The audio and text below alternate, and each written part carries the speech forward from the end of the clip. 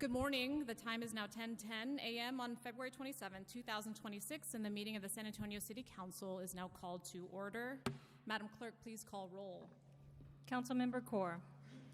Councilmember Mickey Rodriguez. Present. Councilmember Viagran. Here. Councilmember Munguia. Present. Councilmember Castillo. Here. Councilmember Galvan. Here. Councilmember Alderete Gavito. Here. Councilmember Mesa Gonzalez. Present. Councilmember Spears. Councilmember White. Mayor Jones. Here. Mayor, we have quorum. Great. Thank you, Madam Clerk. Okay, I will make a short statement. Colleagues, good morning. The morning of February 5th, 2026, we were discussing a public safety issue, and I was squarely on the side of the fire chief. The fire chief determined the occupancy of the Bonham Exchange needed to be reduced in the interest of public safety. And frankly, that was all I needed to hear. As the mayor, the chief elected officer of this city, I take seriously our responsibility to keep our community safe. That is, in fact, our number one responsibility. As a member of the LGBTQ+ community, we have seen too many tragedies at LGBTQ+ establishments, and I could not, would not unnecessarily place the lives of patrons, employees, and potentially our firefighters in harm's way. I became passionate that morning because I firmly believe public safety is our number one responsibility. I should not have raised my voice at my colleague, and I should not have used profanity. I apologize for doing so. Specific to the resolution before you, in the interest of moving forward and focusing on the people's work, I agree to step aside from the governance committee for a period of 3 months starting today. Additionally, I will participate in in-person leadership training next week. As a servant leader, I learned a long time ago that no one is above additional training. We can all learn more, and we can all be better. When the date and time of that training is finalized, I will share those, and I invite each of you to join me. As I have previously shared, I have already shared with Councilwoman Corr a written apology, and earlier this week, I shared a public apology. I thought she'd be here this morning. I was going to share again my apologies to the Councilwoman. I sincerely hope we can move past this, and I look forward to working with each of you to better our city. I'm recusing myself for the remainder of the meeting, and Mayor Pro Tem will take the chair.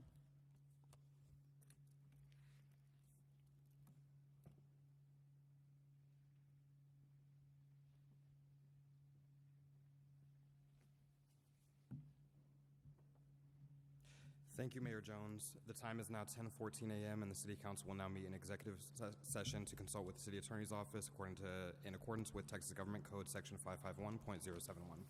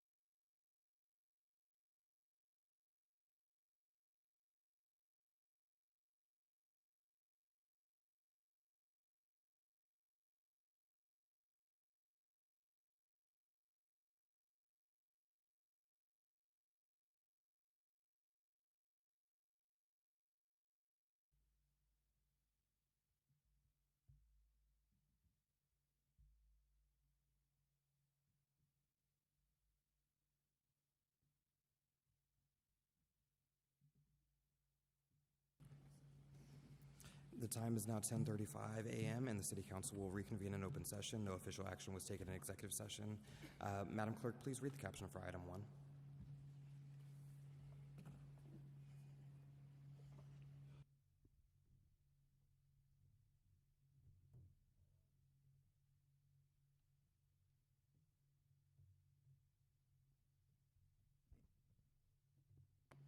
Item 1 is a resolution of the City Council of the City of San Antonio, Texas, censuring Mayor Gina Ortiz Jones's actions.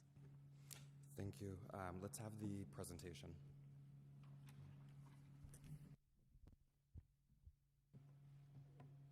If you don't mind, Mayor Pro Tem, I'll present the presentation from here. That's perfectly fine. Thank you. So real quickly, Mayor Pro Tem and Council, just to provide a timeline of what the Council is considering this morning. On February 5th, 2026, during an A session, there was an exchange between Mayor Gina Ortiz Jones and Councilwoman Sue Kaur in the Council break room related to an item that was on the agenda. By all accounts, it was a pretty heated exchange. On February 9th, 2026, Councilwoman Kaur submitted a formal complaint under our City Council Code of Conduct, and that under the process that was submitted to Eric Walsh and myself. On the same day, 5 council members submitted a memo asking for a meeting to consider censure after the investigation was complete. We retained Natalie C. Ruggi, who's board certified in labor law and also a veteran, to conduct the investigation, and she started right away. On February 23rd, 2026, after she completed the investigation, City Council received a report and was briefed by Natalie in an executive session, and then we're here today on February 27th to consider a possible censure resolution. To emphasize, we followed the process as outlined in the Code of Conduct that the City Council adopted. As stated earlier, the councilwoman submitted a formal complaint, and under that Code of Conduct, the city attorney, myself, determined whether an independent investigation is warranted. And given the nature of the exchange and the people involved, I quickly decided that yes, an independent investigation was warranted, hence we hired Natalie. Once the investigation is complete, the City Council, which in this case is the client, is briefed on the report, and the Council determines what, if any, steps are going to be taken next. Again, this is all consistent with as outlined in the Code of Conduct. Under our process, both the complainant, in this case Councilwoman Kaur, and the respondent, in this case Mayor Jones, they're advised of the findings, but they do not receive the report. The investigation, as I stated before, Natalie's got a lot of experience in conducting workplace investigations. She's board certified in labor law, and she brings some valuable military experience in play as well. She conducted the investigation in line with best practices. She interviewed both the mayor, Councilwoman Kaur, and the witnesses that were present in the room, and she viewed the film of the council meeting on that day as well. So she conducted a pretty thorough investigation, and to make sure that it was an independent investigation, we reviewed the report only to make sure there was no errors in terms of, for example, city titles or dates or anything like that, factual errors essentially, Mayor Pro Tem, but there were no changes made to her report or to the findings. The investigative report is considered an attorney-client privilege document, with the client being the City Council in this case, acting on behalf of the City of San Antonio. Findings. Based on her investigation, Natalie found that Mayor Jones was verbally abusive to Councilwoman Kaur during that February 5th, 2026 encounter, and that her behavior violated the City Code of Conduct. Also, our Administrative Directive 4.67, Equal Employment Opportunity Anti-Harassment, and finally the Administrative Directive 4.8, which is violence in the workplace. I will highlight that the administrative directives are designed to address behavior in the workplace that either is harassment or could lead to, is either violent or could lead to violence. So in other words, it's intentionally broad because the intent is to address behavior early on. And that's why we have the administrative directives. It's in line with the objective that the council has in the code of conduct to provide a safe and productive work environment. And that's the end of the presentation, Mayor Pro Tem. Thank you, Andy. We have several people signed up to speak. I'll call individuals in order of sign up. The first person is Reese Simpson, followed by Lauren Hughes. All individuals will have 3 minutes to speak, and groups of 3 or more will have a total of 9 minutes. Reese Simpson.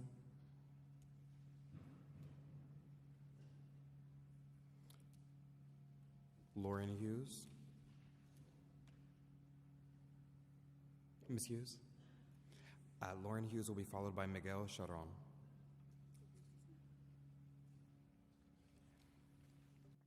Hello, City Council. My name is Lauren Levy Hughes. I'm a fifth-generation Texan and formerly an artist at the San Antonio Express-News for nearly 20 years.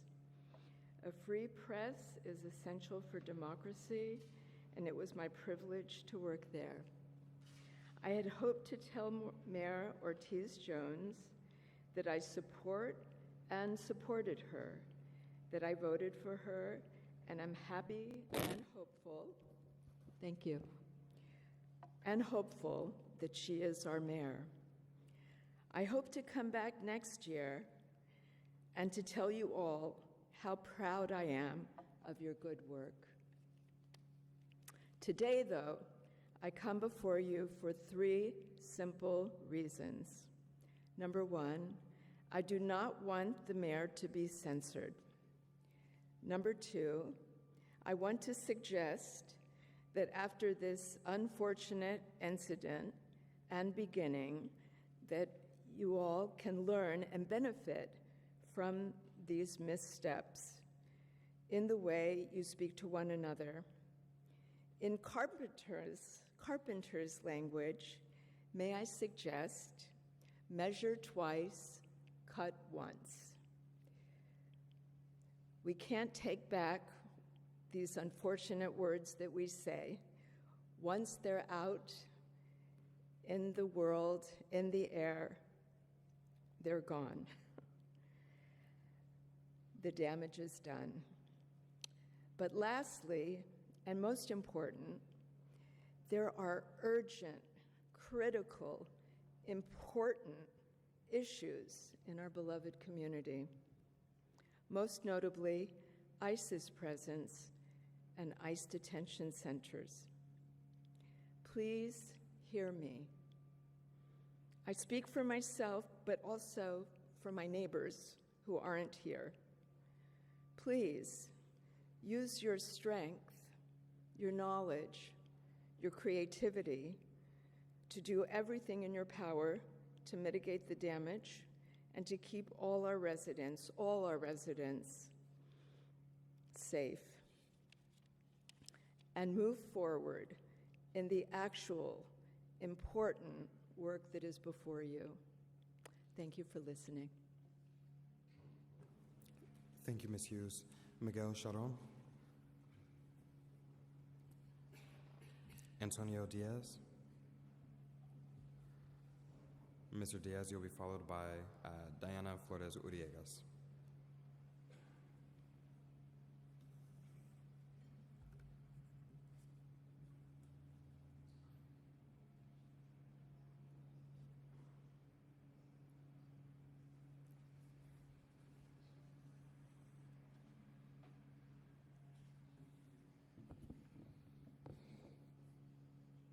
Kualit Lenesi, Piali. Again, there's so much going on right now from the federal level, instituting these roundups of our people in our community, that these shenanigans here are childlike. To censor the mayor when her leadership is needed at this point is ridiculous, especially over to me, if a word used during an argument between two adults cannot be absorbed without tears and such mental frustration, maybe those people should not be in leadership positions. Because we are living through very, very hard times. Not that any other time has been easier, but these are some very hard times right now. And to be so sensitive and flaky and be in leadership positions is astounding to me. I thought that would just be pushed aside instead of all this time and effort spent with the attorneys and complaints and so forth. It should be handled between two adults, maybe sitting over coffee and discussing it and saying, you need to speak to me in a more professional manner and so forth, between themselves. But here we are, having the mayor censored and recusing herself and about to be taken out of the governance committee when she's needed. I guess that's San Antonio government. I've been coming to these city council meetings and seeing different council members for years upon years. I remember council members crawling around the floor and playing around, doing all kinds of stuff. And now one cuss word cannot be used. Mark White over here grabbed the mayor or pushed her away from the microphone. He was not taken off anything or censored or... Anyway, my time's running out. I basically want to say that this is ridiculous. We need the mayor right now, and we understand, because look, you were there during this last town hall meeting. We have a Texas Open Meetings Act, and you're not supposed to handpick speakers. You're supposed to have a sign-up sheet. So maybe the mayor does not go by the rules all the time, but I believe she has good intentions for the community, and she should be allowed to continue being the leader and learning more. I think this is more retribution because of the council members that were not placed as department heads on the committees that they thought that they were going to be, and she chose the first-timers instead of you old-timers. Absorb it. Suck it up. Pasukamati. Thank you, Mr. Diaz. Diana Flores Uriegas. You'll have 3 minutes. You'll be followed by Mario Bravo.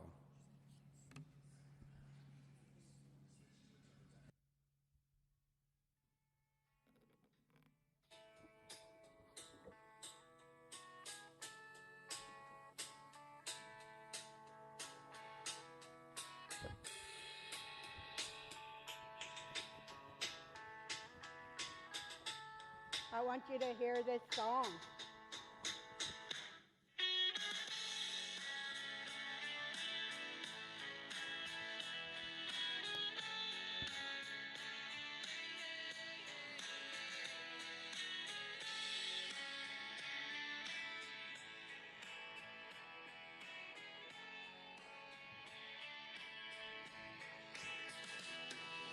God had a name, what would it be and would you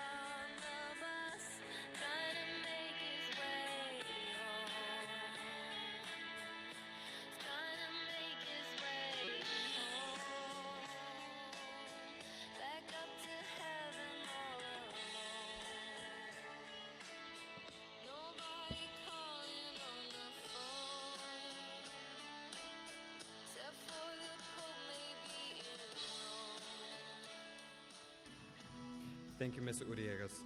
Mario Bravo. Ms. Uriegas, if you would please step away from the microphone. Thank you.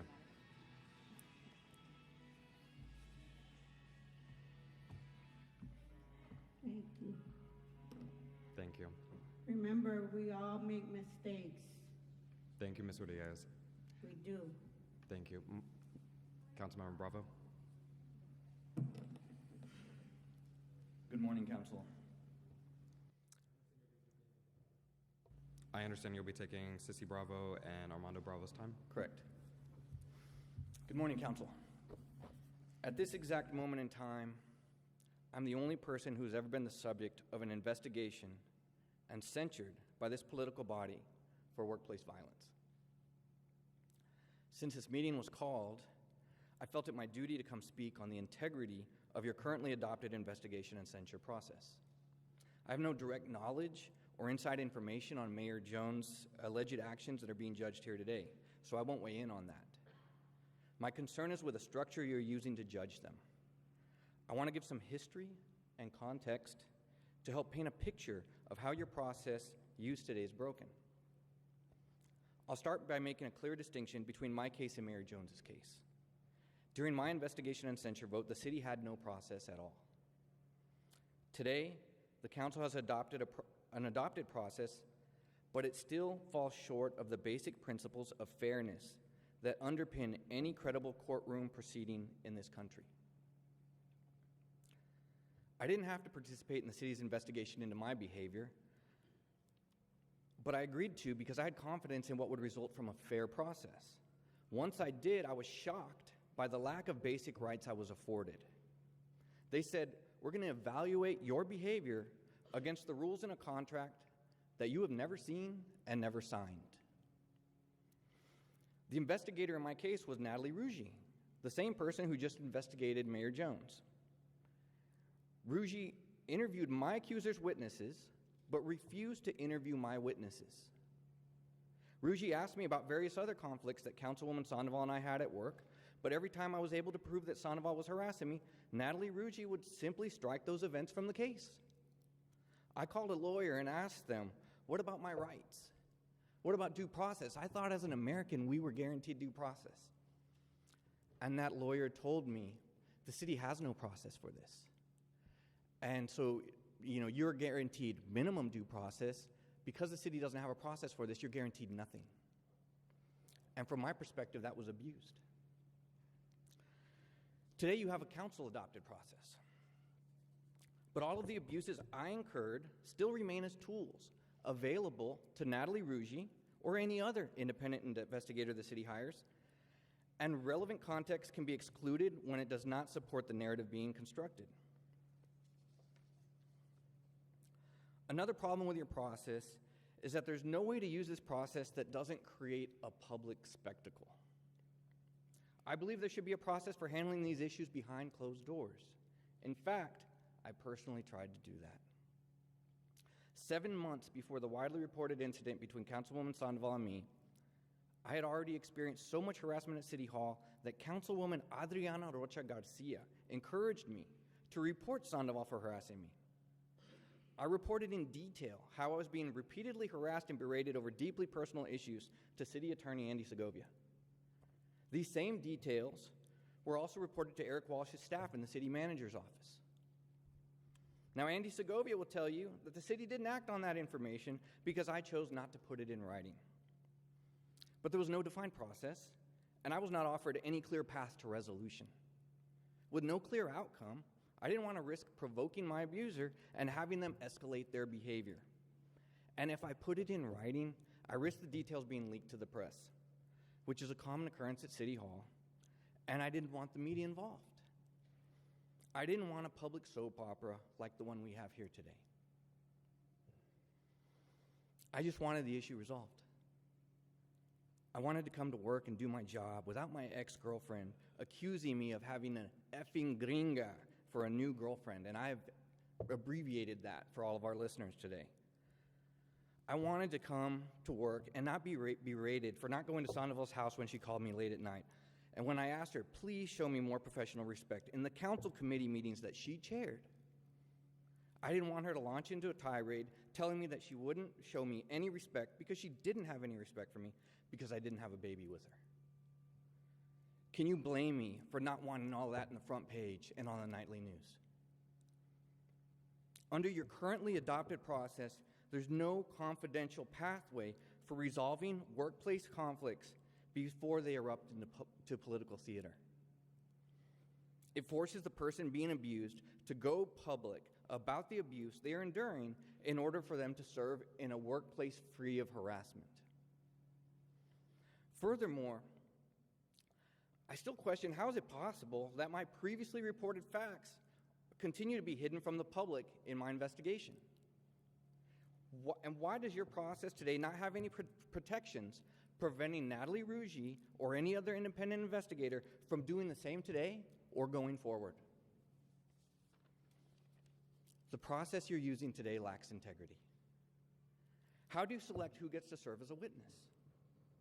What protections do you have in place to prevent tampering of witness testimony?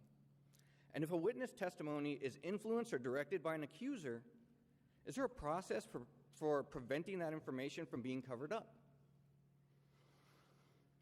But after the council vote was held and I was permanently branded in the public as having committed workplace violence, the city was forced to release a security video showing that I never touched Sandoval and never raised my hand toward her. And the only way you could have claimed that I physically threatened her was if secret anonymous witnesses with a political agenda deliberately misinterpreted my words. Later, I learned Sandoval's own staff served as witnesses for her, and that she directed at least one staff member to bring his testimony to her house so she could review and approve it before he submitted it. And even though the city was required by state law to release that information within 10 days of receiving an open records request, the city withheld that information for 7 months. Didn't release it until I was no longer in office. Today's adopted process allows an investigator broad discretion without meaningful safeguards.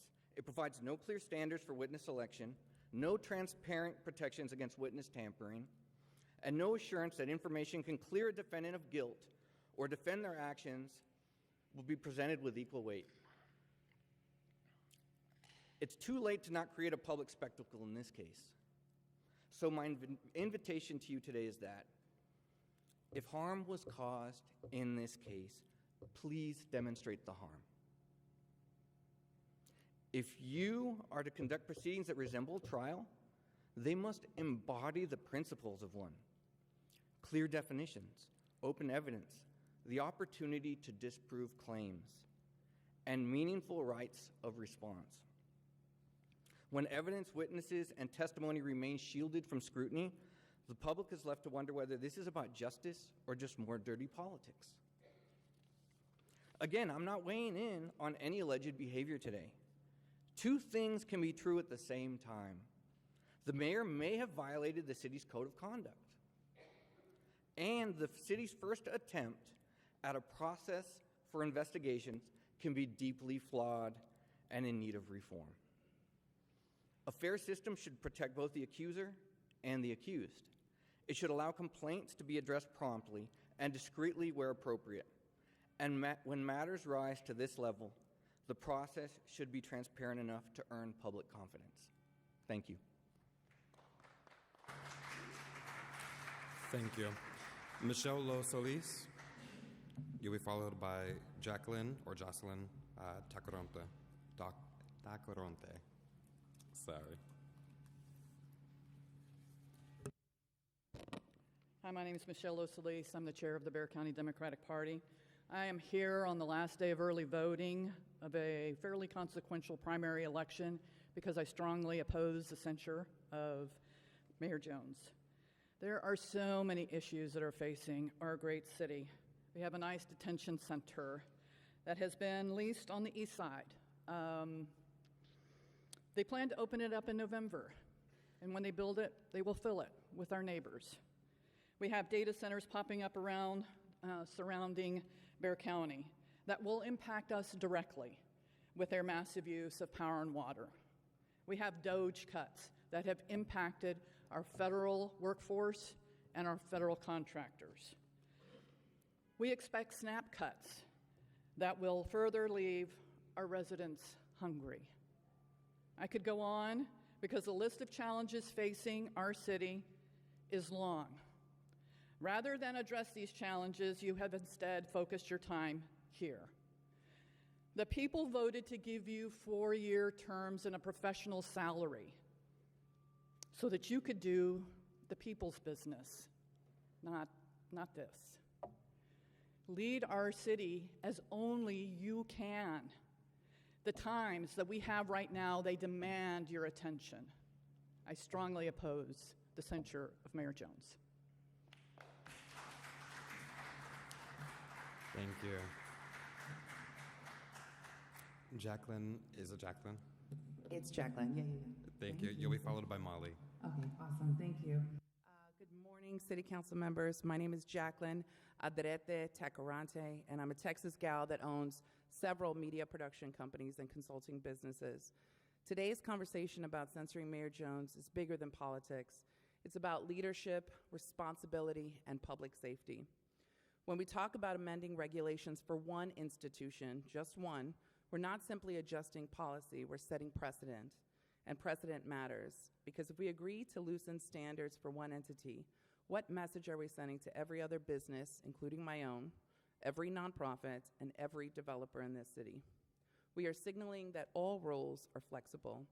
And when rules that protect public safety become flexible, lives can be put at risk. It also creates legal and financial liability for the city. Businesses reasonably assume that if exceptions are granted once, the city is willing to absorb or share in that risk again. That's not leadership, that's exposure. Safety must be a priority, not politics, not pressure, and certainly not convenience. Now, I understand that some are saying that this type of censure has not happened in modern times, and that very well may be true, but neither has having such a strong and dynamic city council serving alongside a Latino woman as mayor. We are living in historic times, and history does not measure the firsts. It measures how we lead in those first moments. We can choose to make history by dividing, or we can choose to make history by demonstrating collaboration. What today really comes down to are a few simple words. The word no. No is not always popular. It can feel restrictive. It can feel extremely uncomfortable. My children don't always understand my reasoning when I tell them no. They may not see the full picture in that moment, but as a parent, I have to consider their safety, their long-term well-being, and consequences they cannot see yet. Leadership is no different. Sometimes no is not about obstruction, it's about protection. It's about ensuring that standards remain consistent, that communities are safeguarded, and that we do not compromise the very frameworks designed to keep people safe. Censuring an elected official should never be taken lightly, but neither should altering regulations that protect our neighborhoods or first responders or our families. We can certainly debate policy, we can disagree on the approach, but we must remain clear on one thing: public safety is a non-negotiable. I came back home from New York City after 20 years for my family, because my father passed away, community, and change. And let's just do the right thing. I'll leave you with this. History doesn't remember who was popular. It remembers who was principled. God bless you all. Thank you. Molly, you'll be followed by Leticia Vela.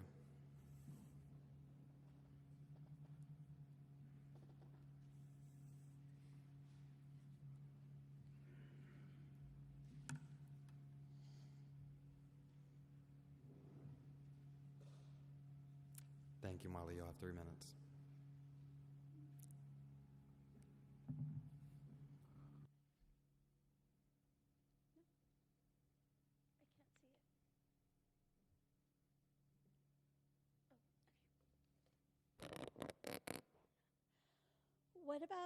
What about the fire department's strict safety measures about Bonham Exchange remaining open with at least 4 requests to keep alive, or at least not burned alive to death, offends you people, or the other Fab Five, who are requesting to censure the mayor? Because that's what began y'all's pettiness against her, the mayor. I have asked the city clerk to pass you people my own version of a city council censure, which all of you have. Sue Kaur, I censor her because she is putting people's lives at stake for giving 3 years and counting extensions to Bonham Exchange, regardless of whether or not people in a large building with no sprinkler system will die should a fire actually happen. And you also she also sacrificed soap factory tenants' housing security for a baseball, of which she didn't do a damn thing, lift a damn finger to help those tenants. Gavito, Ivelisse, Villagran, and Spears, I censure all of you for sacrificing public money to give to the 6-time billionaire co-owners of the Spurs franchise. And Gavito and Villagran, I think Villagran, you signed it as well, and Core, I censure all of y'all for signing the past CCR for permission to add more increased police harassment to the unhoused community. Bravo. Terry Castillo, whatever anger that you have toward Gina for the decisions that she made early on, just Please 6 direct or your so comments to months the ago, chair. please stop holding that stuff against her. Just one more thing. If protecting all of your constituencies is really a high priority, then wait, say that again? I thought you were ending my thing. Oh, okay. I was asking you to direct your comments towards me and not to any of my colleagues. Towards you, okay. Yes, okay. please. So please let Terry Castillo know that whatever anger she has towards Gina for the decisions that she made on 6 or so months ago, Mayor Pro Tem, to ask her to please stop holding that shit inside of her and let it out and tell her, obviously, the mayor is a big girl. She can handle whatever you tell her. But please, just ask her to let it go because she's sacrificing her hard-earned, well-deserved legacy of being a really badass heroine. But she's letting people like White and Gavito and others like them just bring her way so down, and just please tell her to read the paper that I gave her. All of her on this, all of you on this junior high school student council, I would think that your common ground, regardless of the hatred toward the mayor that you have, is us, the people of San Antonio. If so, do what Munguia, Jalen, yourself, and Rick Galvan and the Mayor Ortiz is doing. Keep us the main focus of why you have been elected as our representatives and provide us with the needed protections that we are going to be needing as a result from other states, cities, and countries. If protecting all of your constituents is really a high priority, then for the love of God, whoever God is to you, stop this goddamn fucking bullshit. Thank you, Molly. Leticia Vela. Thank you, Molly. Paying attention to federal, state, and world news, or is that too damn intellectual? Thank you, Molly. Leticia Vela.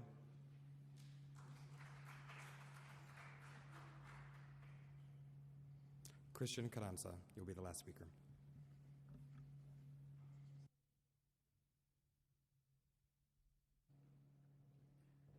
Good morning. My name is Christian Carranza. I'm a lifelong resident of San Antonio.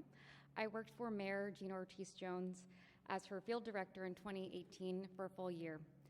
When I asked Gina why she was running for office, she said something simple: for the people.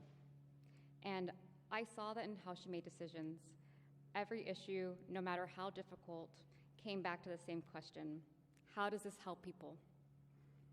She took a chance on me in a role that I had never had before. She invested in me, she pushed me to grow, and when I made mistakes, she didn't tear me down. She told me what matters most is a willingness to learn and a good attitude, because everything else can be taught. And I've carried those words with me all these years. Gina is an Air Force veteran. She leads with discipline and integrity. She's direct. She's also principled. And she does not bend her values based on who is in the room. But she also listens. And when she falls short, she takes responsibility, and that matters. I'm here today because I have seen her warmth. I've seen her make decisions not for the powerful, but for the working people of San Antonio. I've seen her be the one willing to say the hard thing in a quiet room. Public service isn't easy.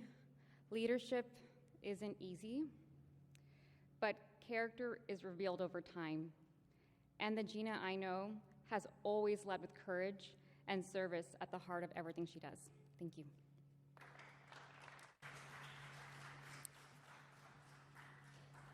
Thank you all for coming out to speak today. Is there a motion and a second for approval so we may begin discussion? I make a motion to approve. Second. Thank you. There's a motion and a second. I want to start off by saying that this is incredibly embarrassing for all of us, and it's a very sad moment for our city, and surely none of us want to be here right now. I have participated in the censure of people my parents' age and my grandparents' age, and that is not what I ran for office for. That's not what any of us sought to do when we sought these positions and we asked voters for their support. Over the course of this investigation in this past week, council members and the mayor have filed policy proposals, hosted events, and worked to solve many constituent cases alongside their staff. That work continues, and this is a distraction from that. Yet, we have a very clear standard and process in place, one that many of us have been on one side or the other for. At the same time, I won't allow for disparaging comments about Councilmember Kaur, framing her as weak.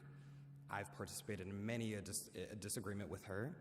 I know she is a fighter, both physically and verbally, and she could take nine out of 10 people in this room out if she wanted to. And so this is not an issue of Councilmember Kaur being weak or being unaccepting of a disagreement. This is a very serious matter, and there were findings in place.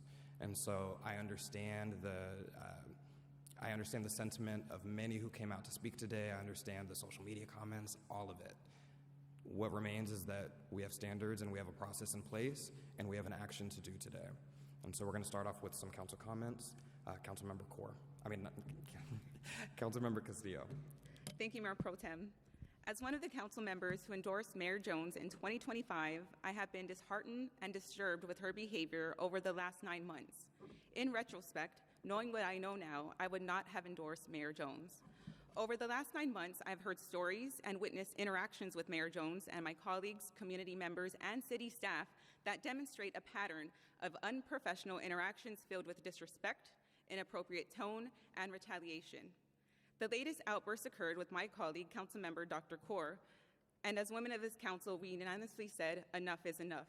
Since then, the mayor has publicly apologized for, quote, hurting Dr. Kaur's feelings, and again, that was unacceptable. The findings in the investigation show that Mayor Jones has violated the City Code of Conduct and the City of San Antonio's Administrative Directive 4.67, Equal Employment Opportunity, Anti-Harassment, and 4.80, Violence in the Workplace. The findings show these violations occurred by Mayor Jones. I want to be clear, this is not, quote, about hurting someone's feelings, and the gravity of this instance in censure seems to be lost on Mayor Jones. This is about conduct violating the Code of Conduct and administrative directives directly related to harassment and violence in the workplace. This is about a pattern of workplace violence and harassment. This behavior needed to be investigated. 9 months of a pattern needs more than a written apology. It needs honest, humble reflection and training to guide the mayor on effective workplace interactions, de-escalation, civility, and conflict resolution with her colleagues, community, and city staff. I'm very proud to be raised by a United States Navy veteran and a John Jay graduate who taught me the importance of humility. We need change. We do not need a retelling of the facts in a way which diminishes the truth. We have seen that far too often on the federal level, and we do not need more of that here in San Antonio. We do not need a smear campaign against the people that she's found in violation of the Code of Conduct. We need change, and the remedies laid out in this resolution that we will be approving today hopefully gets us there. We get to disagree on this dais. We do not get to disrespect or harass. Maybe there's some confusion here, but disagreement is a difference of opinion and perspective. Disagreement is natural for growth and pushing each other to better ideas and policy. Disrespect is a behavior that attacks, belittles, and insults. A pattern of disrespect is what we're talking about here today and taking action on today. When that line is crossed, we must hold individuals accountable, and that's what this censure is about. My expectation is that the mayor will follow through with the resolution and the steps that have been laid out, and my expectation is that we move forward free of retaliation. So let's talk about what retaliation could look like in the workplace. deliberate exclusion from committees, events, meetings, and excessive micromanagement of city A-session agenda items, controlling the day-to-day activities of city staff, increased verbal or physical abuse, spreading false rumors to isolate people. These are just some examples of workplace retaliation that any union steward would let a worker know after filing a complaint. And we all know documentation is a good defense for retaliation and to document everything. My belief, if there's no remediation piece here, retaliation will likely continue to occur. And it's best that we all arm ourselves and take this step today to prevent this pattern of behavior from continuing. And with that, I will be voting to support this resolution to censure the mayor and the steps laid out to address the concerns with her pattern of behavior. Thank you, Mayor Pro Tem. Thank you, Councilmember Castillo. Councilmember Galvan, followed by Councilmember White. Thank you, Mayor Pro Tem. I don't want to take too long, but I just want to say a couple quick things. You know, I don't think this conversation should be taken lightly. None of it has been, at least in the conversations I've had with my council colleagues. When we're talking about this particular issue, it's something that I think shocked all of us, frankly, in what things took place. Not everyone who wasn't part of the interaction will understand what we witnessed, frankly. And it's tough, right? Looking at someone's relationship and wondering, why isn't it working this way? Why is it not going better? Why is it not more productive? Why is it not this? It's hard to explain that, and it's hard to mitigate that and to address it as well. I'm hopeful, though, that with this conversation we've had, not only today, but over the past week or such, we'll get us to a better spot. I think we have to figure out a way to work together here on this dais, and we can't do it with disrespect. We can't have respectful dialogue. We can't have debate. We can't have policy discussions. We can't have visioning and kind of what we're trying to do to fix the issues that our residents talk to us about daily. There's plenty of things our residents talk to me about every single day when they see me at HEB, at neighborhood events, at a school event, and I often have to, they often ask me, how are you going to get that done, though? Not only for my own personal goals or whatever it may be, or how I'm able to do it in my own method, how are you going to get that done at City Hall with everything going on? And it's frustrating to have to answer that question every single day. It's frustrating to have to recognize that there are issues here at City Hall that prevent us from doing the work that we are meant to do. So I'm hopeful we'll be able to move forward from this. It is going to require accountability, plain and simple. But I believe that this council, everyone included, is going to be able to work together the way that we have been in multiple forums. We continue to do committee meetings, we continue to do CCRs, we continue to do conversations about policy discussion, we continue to bring information to our residents to then understand how we can better serve them as well. And I believe that we can still do that. We have these next 3 years to do that. I'm eager to get to that work, but again, I think we have to be clear on why we're here today, right? It's not because of something trivial. It's not because of something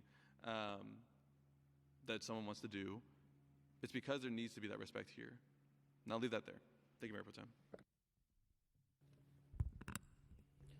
Thank you, Councilmember. Councilmember White, followed by Councilmember Spears. Thank you, Mayor Pro Tem.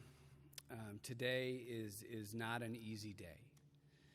And I tell you that I went to bed last night, and my message as I went to sleep last night was going to be different than today. I had a list of moments from the past 8 months where decisions were made and actions were taken that were retaliatory, were improper. There's decisions and things that were said where honestly my colleagues were disrespected or ignored, where city staff was disrespected or ignored, or members of the community felt the same way. And I was ready to read it line by line, and I was prepared to use this moment to lay out the negative and argue that public reprimand was the only path to correction. But this morning I woke up and I asked myself, what is it that the people really want to hear from us today? Do they want us to relitigate all of these past moments? Or do they want us to refocus and talk about the issues at hand, the issues that we can address to move this city forward. So instead of reading this list, I jotted down 5 things off the top of my head that I wish we were spending our time on today. It starts with public safety and keeping crime low and families safe. Infrastructure, repairing the aging infrastructure in San Antonio. Affordability, taking measures so that families don't have to make choices between milk or medicine. Economic opportunity, how we create real jobs with good wages and lower the taxes on our citizens. Utility rates, keeping SAWS and CPS Energy affordable and eliminating the need for rate hikes. Those are the issues that are keeping families up at night. Those are the concerns that business owners bring to us. Those are the pressures that our seniors and our parents feel every single day.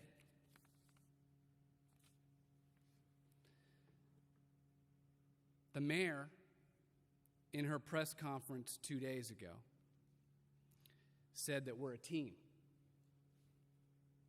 And I hope that's true.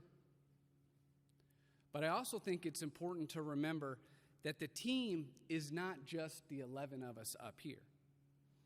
The real team includes the residents in our neighborhoods, the taxpayers, the families, the frontline workers, the people that expect us to act like adults and solve problems. The reason we are here today is that the city hired a third-party independent attorney to conduct an investigation into the incident that occurred between the mayor and Councilwoman Kaur. And the findings of that investigation were that the prohibition on workplace violence here at our city was violated on that day by Mayor Jones. There is no place for workplace violence at City Hall or in the private sector. Workplace respect matters. Professionalism matters. The way we treat each other matters. Everyone who works in and around this chamber and who is in the San Antonio community, they deserve respect. So when I think about the decision today and whether or not to vote for this resolution, it comes down to one thing. And I'm going to vote for this resolution today because having a safe and professional work environment at City Hall is necessary for us to be able to solve the issues facing San Antonio. Let me put it another way. Without a safe and professional work environment, our ability to represent our constituents is compromised. And it's my hope that the adoption of this resolution today will set the mayor's office on a different course, one that pushes her towards respect for her colleagues and increased collaboration with the other 10 of us here to get the work done for the people of San Antonio. This moment can't just be about punishment, it has to be about perspective. My original plan, again, was to focus on the failures, but instead I want to focus on the future.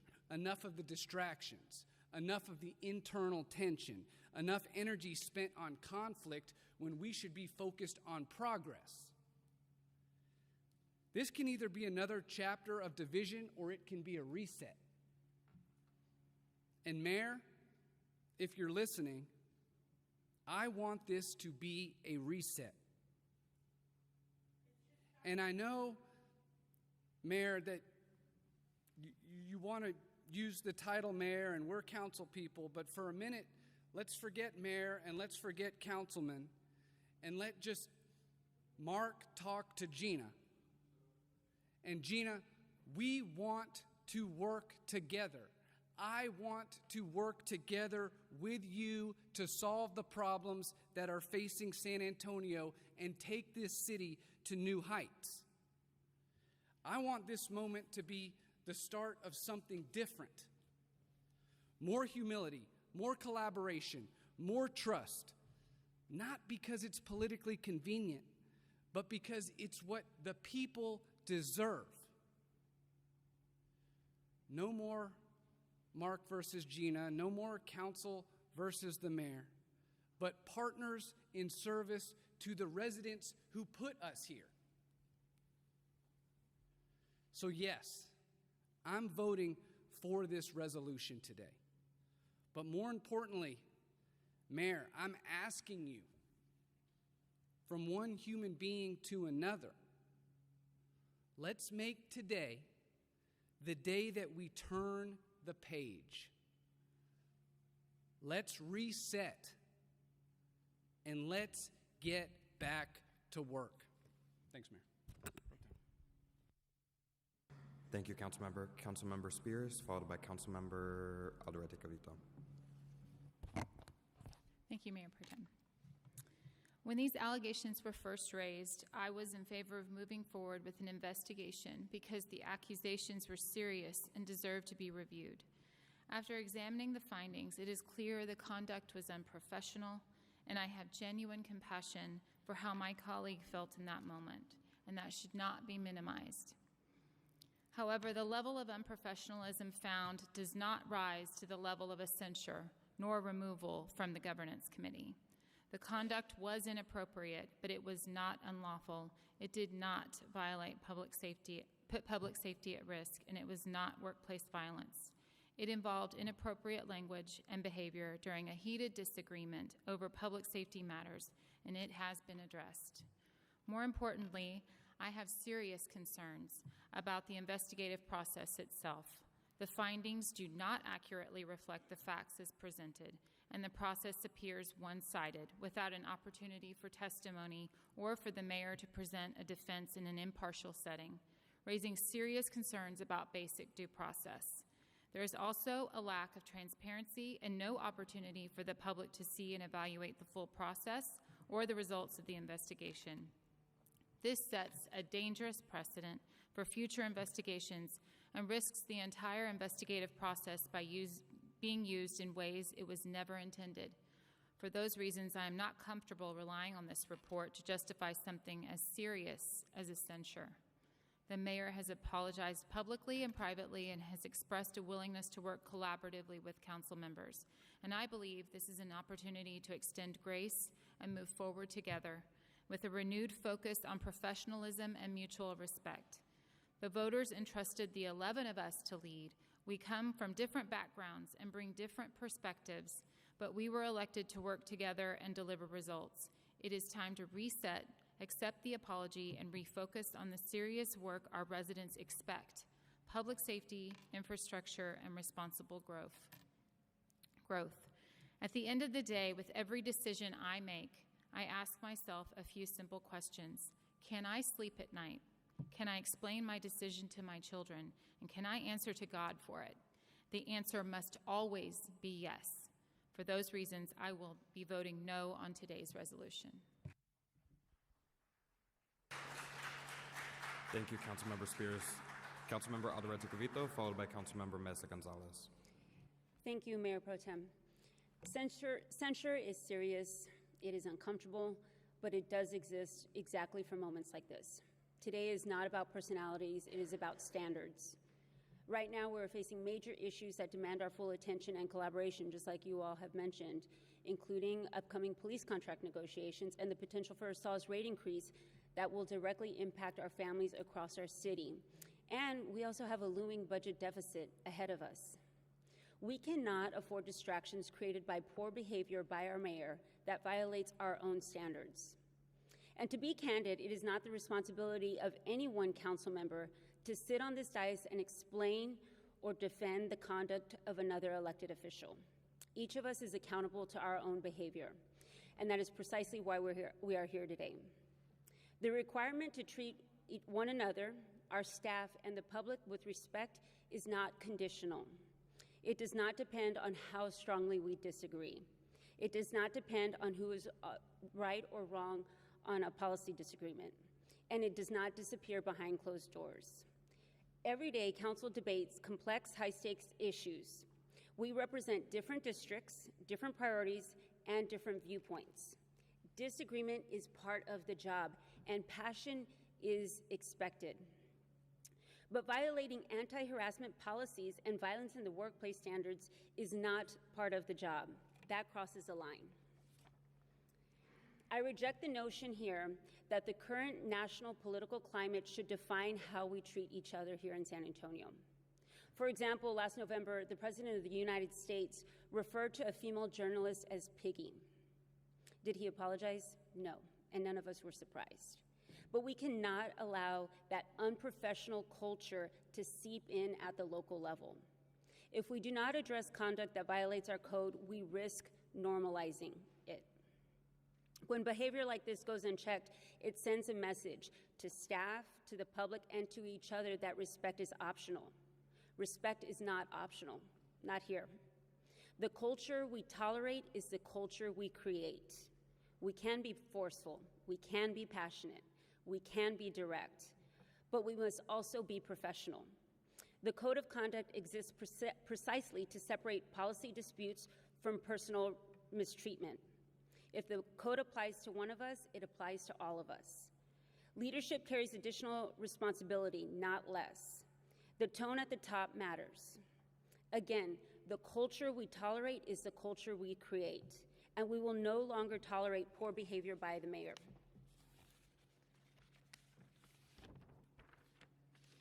My hope is that we can move forward after this. In fact, accountability allows us to move forward. By affirming that respect is an unconditional standard, we strengthen this institution. And for that reason, I support the censure today. Thank you, Mayor Pro Tem. Thank you, Councilmember. Councilmember Mesa Gonzalez, followed by Councilmember Munguia. Thank you, Mayor Pro Tem. It's normal and expected that we may disagree on policy or on the methods that we choose to serve our constituents best.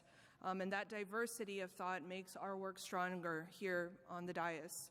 As Military City USA, we deeply value service and the experiences that come from military leadership, including those gained in high-pressure or hostile situations. However, such experience does not grant license to speak or act in a way that disrespects others. An independent investigation conducted by Natalie Reggie, a board-certified labor and employment attorney and a recipient of the Joint Services Commendation Medal, made it clear that profanity was used in a verbally abusive manner intended to threaten or intimidate. These are clear, independent findings that we must take seriously. I do not take censures lightly. Accountability is never easy, but when we fall short of our standards, it is our responsibility to acknowledge it and accept the consequences. Doing so creates space for growth, reflection, and ultimately reconciliation. We are all human beings, we make mistakes, but what matters most is how we respond to them. And I appreciate the mayor's comments at the beginning of this meeting and hear them. The intent behind this censure is not to divide, but to reaffirm our shared commitment to respect, integrity, and good governance. In this Lenten season, I believe that we can move forward in that spirit of reconciliation and get back to the work of serving our city together as one team and in good faith. For that matter, for that reason, I will be supporting this resolution. Thank you. Thank you, Councilmember. Councilmember Munguia, followed by Councilmember Villagran. Thank you, Mayor Pro Tem. I echo my colleagues' remarks about not taking this lightly. This is a very, very serious vote we're taking today. And as I've explained it to my residents the past couple weeks, what we have here is a workplace issue, an incident that happened, a complaint that was filed, an investigation that concluded that Mayor Jones violated workplace operating procedures, and we are dealing with that today. As much as we want to focus on the main issues, we are all people up here, and we are not, like everybody else, when you have a workplace issue, you deal with it. You can't just turn a blind eye. So I've told my residents that they understand when that happens, right? You have to deal with these things as they come up. And I've known Councilwoman Kaur. Her and I have known each other for many years before we were both council members, and I know her to be extremely hardworking and passionate and trying to deliver the best results for her residents, which is a very, very difficult district to operate in. And I would say to people online and that want to make comments, don't forget that there's a person at the center of this.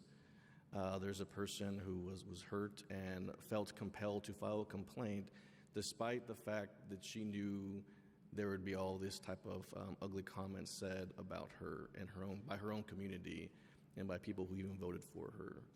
And so it wasn't easy for her to do that. And I want to make sure that we all understand that even if you disagree with a censure and you might disagree with the investigation or the outcome, she is still a person that felt compelled to move forward with that. But at the end of the day, I'm an optimist, and I think our best days are ahead of us. I don't think you can not have that perspective when you sit up here. You can't think that the best days are behind you. And I did appreciate Ms. Uriega's song that she played for us. I think that was a little uplifting for a second. It's been a very tense week for all of us up here, but maybe that's how we should start some of our meetings with a song like that. But I do believe, like I said, our best days are ahead of us. I think looking into the future, 3 years from now, I see a story that City Council had a rocky start to their first year, but they found their footing and made progress. And I think that's going to be the end story for us at the end of our time here. But that's going to take all of us participating and putting our best foot forward to do that, all 11 of us. So I'll be supporting the censure today, but I do believe our best days are ahead of us and things will get better. Thank you. Thank you, Councilmember. That was beautiful. Councilmember Villagran. Thank you, Mayor. Serving on this council is a privilege that presents both authority and obligation. Leadership does not rely solely on intent, advocacy, or lived experience, but on the consistent manner in which authority is exercised toward colleagues, staff, and the public. I've known Mayor Jones since 2018. I was in support of her congressional races. I'm familiar with her. But today, what we have is the violating of the Code of Conduct, and it is a cause for censure. An independent investigation found that the mayor violated the Code of Conduct by her own admission. She used profanity, raised her voice, and pointed her finger. And we have the corroboration of 2 witnesses that support Councilman Kaur's version of this event. The mayor's apology has been many things, many mentioned by the council colleagues up here. It has been recalcitrant.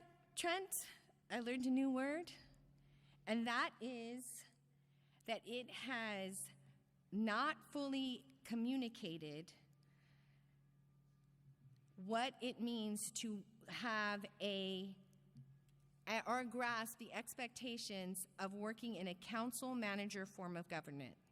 This is not about male or female leadership styles, it's about collaboration and communication.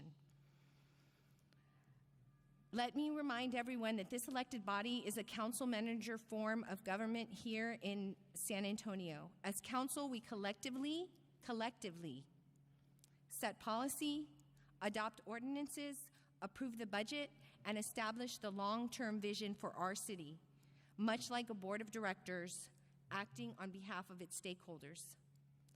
Under this form of government, we operate within the mayor that serves as a ceremonial head of our city.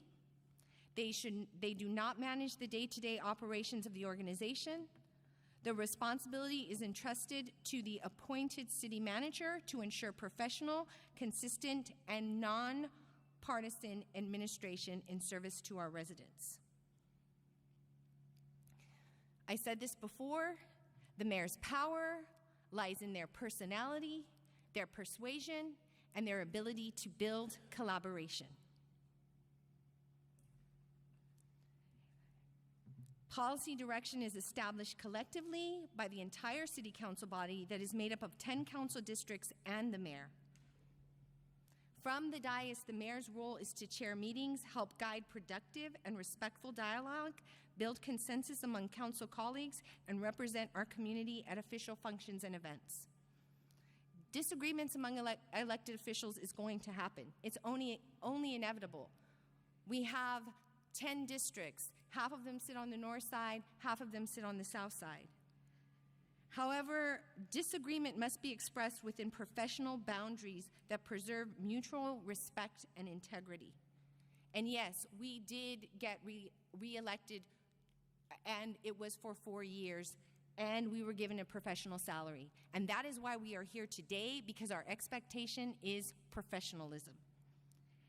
And the results of this investigation was that the mayor of San Antonio did not behave in this way and violated our code of conduct and our administrative directives. We all have lived experience.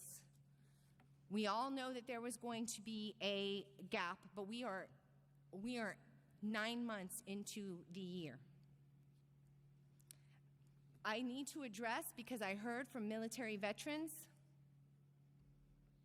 that this type of behavior for military and Uniform Code of Military UCMJ Article 117 would not fall within that code.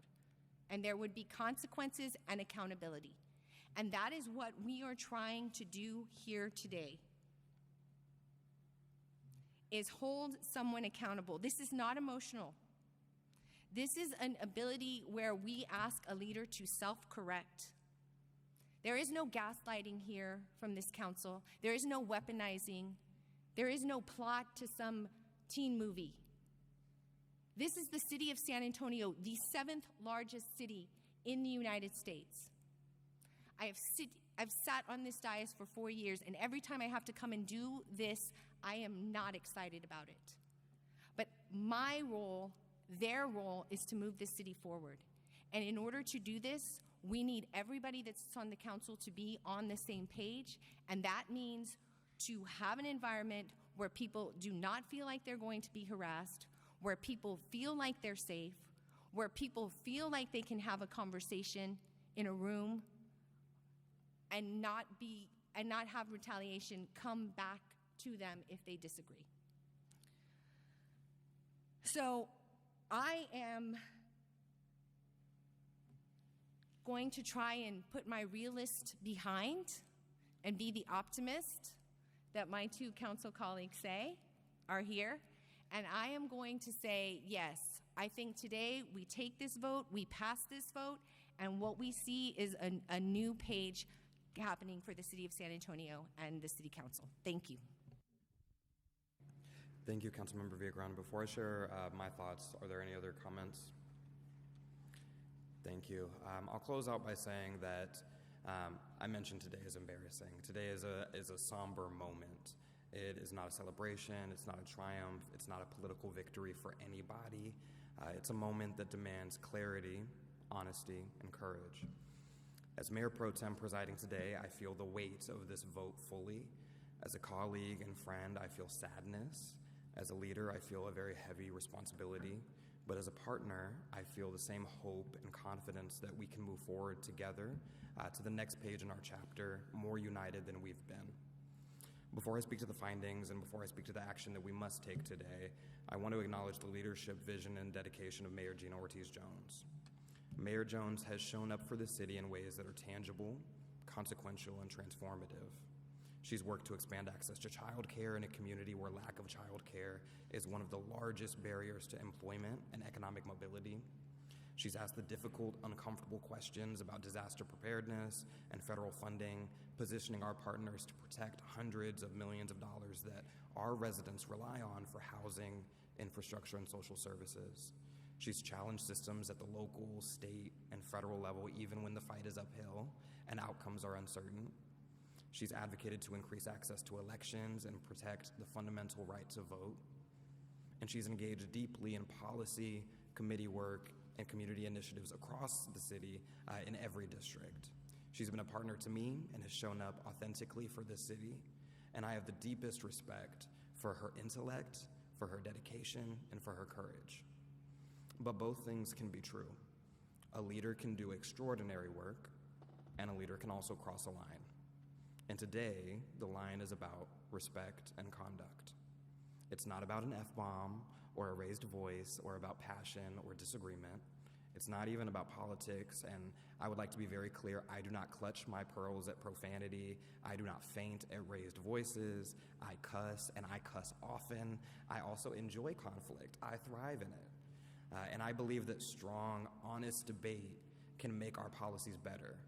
But productive conflict requires consent. It requires understanding, and it requires mutual respect. And unfortunately, that was not present here. The independent investigation found repeated, directed, and aggressive language.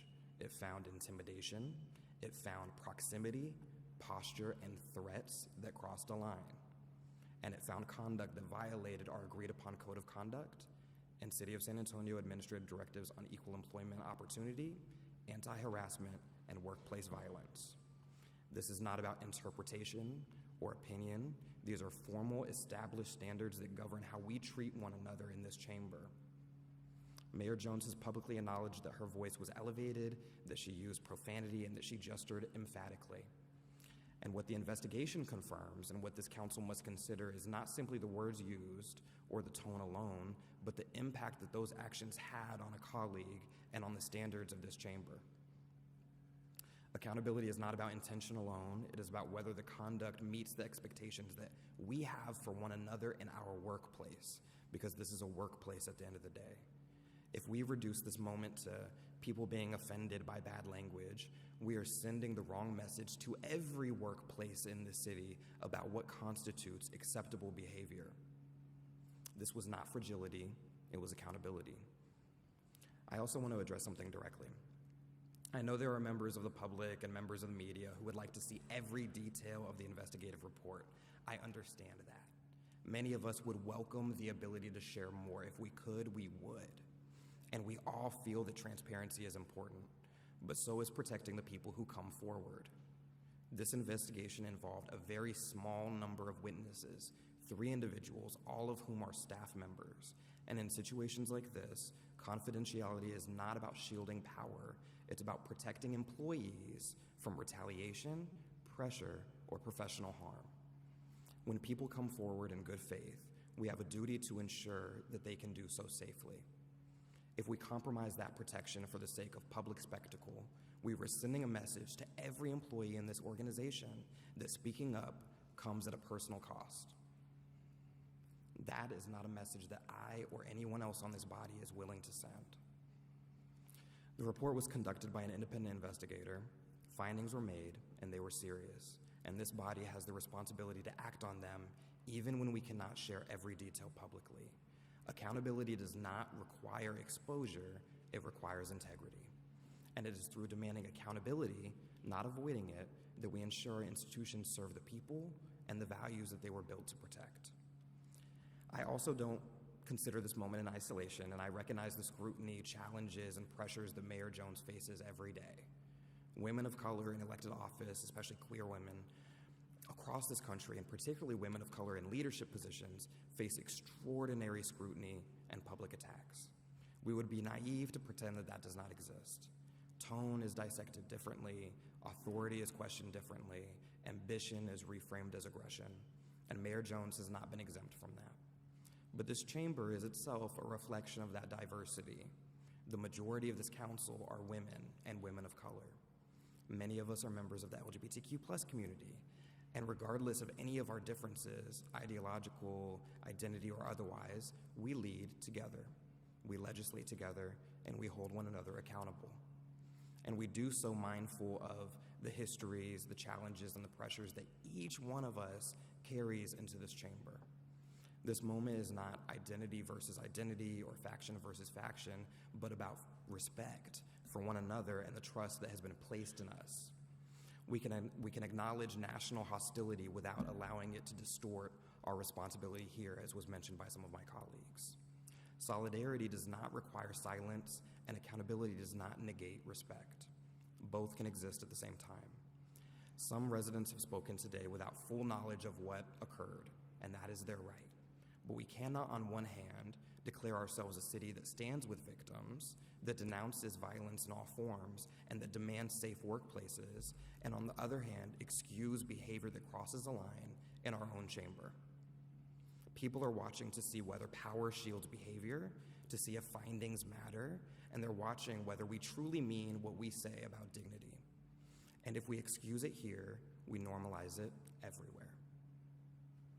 This has been a very heavy moment. It's added stress. It's diverted attention from the policy work that we're each actively working on.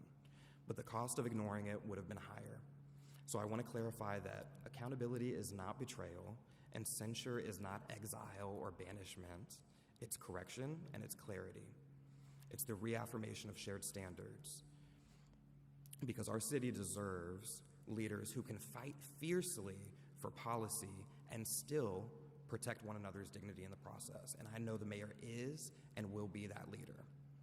I appreciate the fact that she will take accountability, accept the terms of the censure, and move forward graciously with her head held high. That demonstrates the leadership that she is capable of. So I will be voting yes, not because I reject the mayor, not because I diminish her work, and not because I'm offended by strong language, but because our commitment to civility, safety, and respect under the Code of Conduct and workplace policies must be reaffirmed clearly, publicly, and tangibly, because we're strong enough to hold one another accountable while continuing to work side by side. And Mayor, if you're watching, I know your leadership will continue in our community and in this seat, and I look forward to working alongside you, holding ourselves to these shared standards for the benefit of all San Antonians. That is what this moment requires, and that is what leadership demands. There being no further discussion, there is a motion second to approve the resolution of the city of the resolution. Please vote.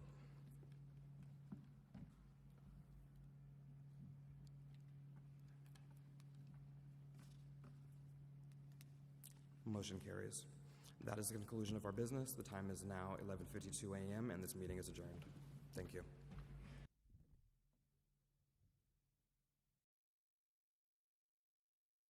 Residential, staff finds that exceeding the 12.5 block face density is not likely to alter the essential character of the district. End of motion. Is there a second? Second by Commissioner Benitez. Commissioner Benavides. I'm going to be in favor of this for the same reasons as the previous case. It's a renewal. There's no issues in the past 3 years, so I'll be in favor of it. Thank you, Commissioner Benitez. Yeah, I'll also be in favor of this. The applicant has shown to be a good host, and this block's unique in how many actual residential properties there are there. I'll be in favor. All right, anyone else like to add? All right, let's have a roll call vote, please. Commissioner Benavides? I concur. Yes, I concur. Reed? Yes, I concur. Yes, I concur. I do not concur.